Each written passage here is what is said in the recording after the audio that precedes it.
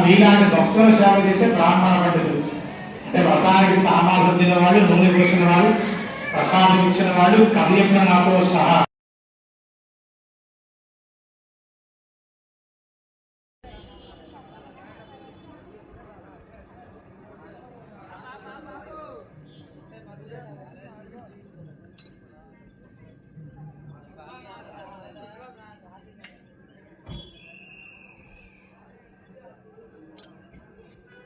ఇక్కడ నుంచి అనుకుంటున్నాను